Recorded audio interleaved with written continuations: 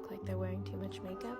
Skin prep is super important because we're not going to be wearing lots of makeup. So I went with my Embryolisse Indeed bronzing drops. Like that. This is just going to give me a little bit of depth and color. Merit, this is the color Clay.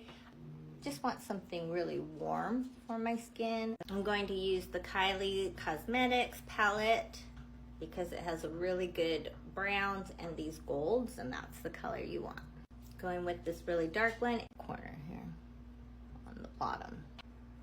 Next, I'm gonna go in with this really light brown, and I'm going to use that color to kind of blend out this darker one. Looking good, and then we're gonna lay down this kind of goldish color here. We're just gonna lay it across.